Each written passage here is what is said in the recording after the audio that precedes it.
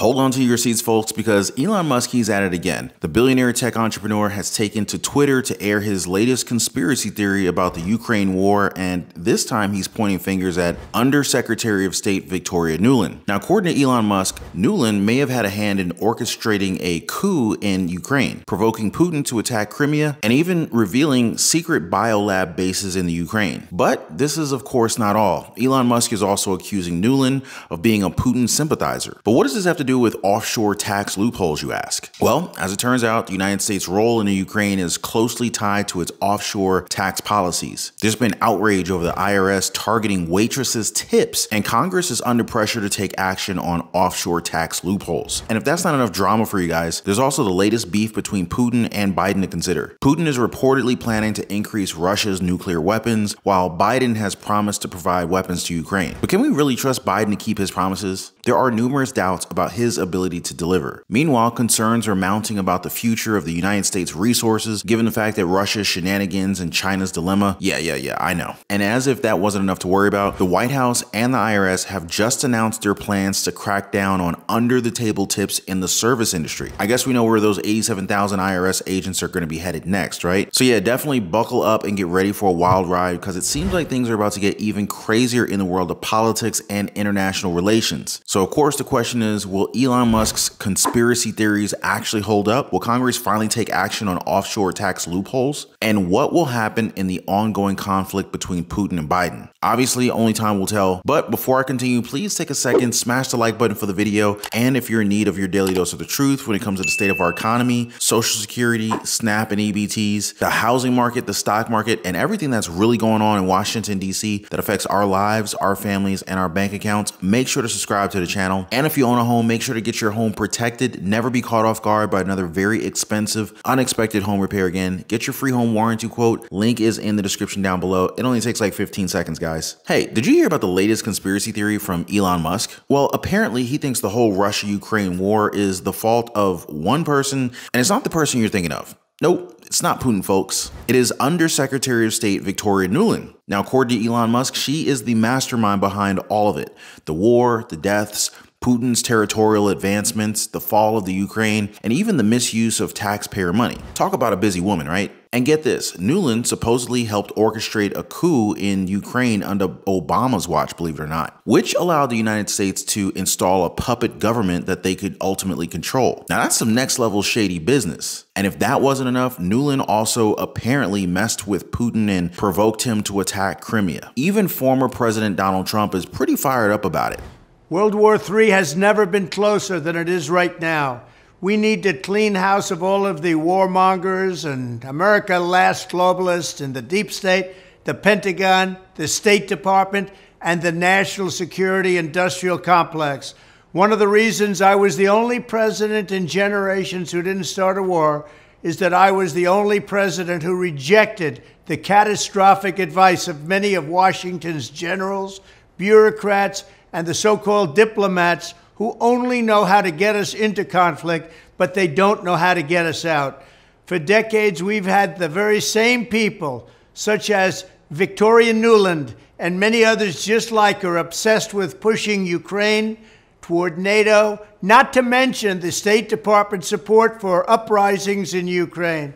These people have been seeking confrontation for a long time, much like the case in Iraq and other parts of the world, and now we're teetering on the brink of World War III.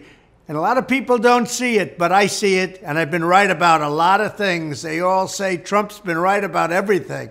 But wait, there's more. If you order now, you'll get, no, I'm just kidding. But seriously, guys, there is more. Nuland recently spilled the beans under oath to Senator Marco Rubio that the United States has secret biolab bases in Ukraine working on deadly viruses and vaccines. Can we say sketchy? So Musk took to Twitter, which he conveniently owns. Kind of wish I owned a social media company. Anyway, so Elon Musk took to Twitter to let the world know that no one wants this war between Putin and NATO more than good old Victoria Nuland. Now, of course, now people are accusing him of being a Putin sympathizer and shilling for Moscow. But let's give this guy some credit, though. I mean, he's just pointing out some seriously juicy plot twists that just so happen to all be linked to Nuland. You can make up in your own mind about it, but that's the scoop from Elon Musk. Elon Musk is probably one of the coolest billionaires that I've never met. I mean, he's already one of the richest men in the world and he doesn't need anything from anyone, which is why it really impresses me that he continues to kind of point out many facts to the American people. Facts that we weren't privy to know prior to his acquisition of Twitter. Now, I'm willing to bet that this is probably a really unpopular move to people within the realm of his circle. They probably hate that he's exposing this stuff. I mean, that takes balls. And I gotta say, he's earned my respect for that. The United States has had a significant role in Ukraine dating back to at least 2014, if not earlier. It's outrageous to hear that the IRS is targeting waitresses' tips. Instead, they should be scrutinizing the tax returns of billionaires and massive corporations with a magnifying glass. Congress needs to take action to eliminate offshore loopholes, not come after minimum wage employees. All right, but back to Putin and Biden. So it's kind of like a game of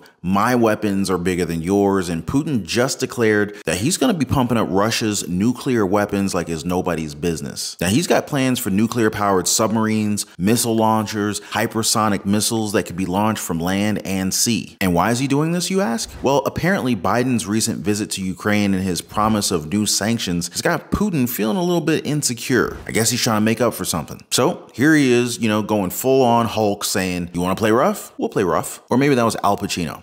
I don't know. But wait, Biden's not just sitting here twiddling his thumbs.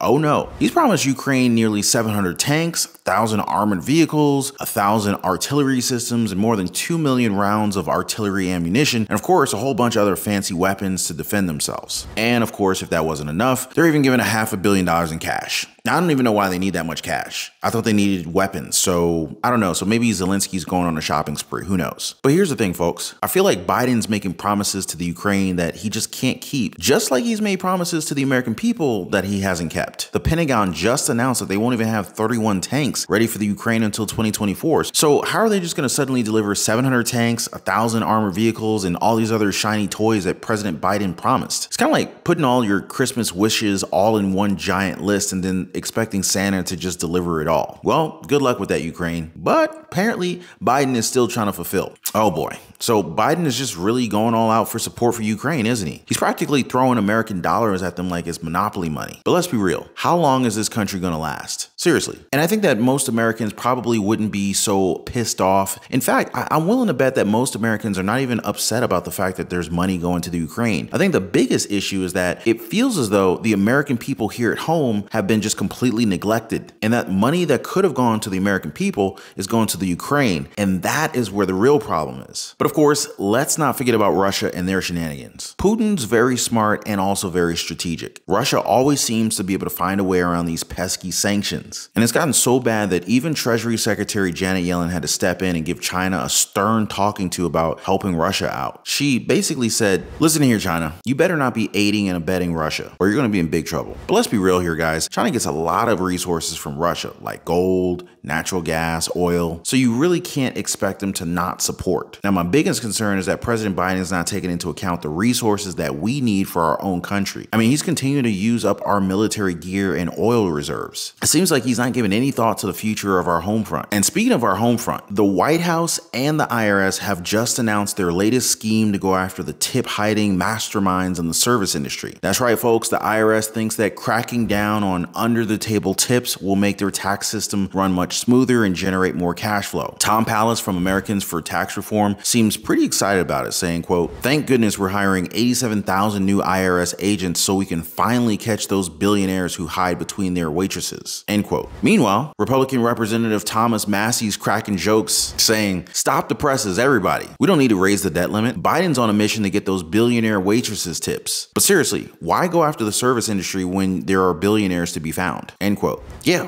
why not go after the bigwigs like the CEOs and other C-suite executive level earners, the BlackRocks, the Boeings, the Northrop Grummans? Oh boy. Looks like the IRS is on the hunt for those sneaky servers who might be hiding their tips. I don't know what they're going to do, how they're going to find out. Are they going to pat them down after work? It's not like the billionaires who have billions of dollars to hide. But sure, let's go after the hardworking waitresses. It seems like it's way more effort to go after many more lesser earning waitresses than to go after the few billionaires. But clearly you can tell who's in control. I guess it's just another example of how messed up things are in Washington, D.C. And speaking of messed up, did you hear about Senator Joe Manchin's latest warning? Well, apparently implementing environmental policies could be a risk to our national security. Yep. Because China and Russia are definitely not worried about the environment, but I guess they're smarter than us. But wait, it gets even better than that. So the White House wants to let investment houses like Charles Schwab, Vanguard, BlackRock, even Morgan Stanley invest based on climate change instead of the best rate of return for us hardworking folks, right? So never mind the performance of your 401ks, your Roth IRAs, and any other type of stock market investment account that the average American is counting on to secure their retirement. I guess that's what Social Security is for, right? Senator Joe Manchin is right to be worried about this because it could very well be a national security issue. Who knew investing could be so freaking dangerous? Well, there you have it, folks. From conspiracies to tax loopholes, you got nuclear weapons to biolab bases. It's been quite a roller coaster of a ride today. But let's not forget the most important issue at hand, the under-the-table tips of the service industry. Clearly, this is the reason why our country is so economically messed up at the moment, right? Strong sarcasm. With the White House and the IRS finally cracking down on this age-old problem, we could probably all rest easy knowing that our servers will finally be getting the fair compensation that they deserve. Who knows what the future holds for Ukraine, Russia, and the US resources, but at least we can all agree that waitresses' tips are worth fighting for. Stay tuned for more news and updates for the channel. This is Ron. Please be kind to one another, and I'll see you guys on the next one. Oh, don't forget, always tip your servers. Later.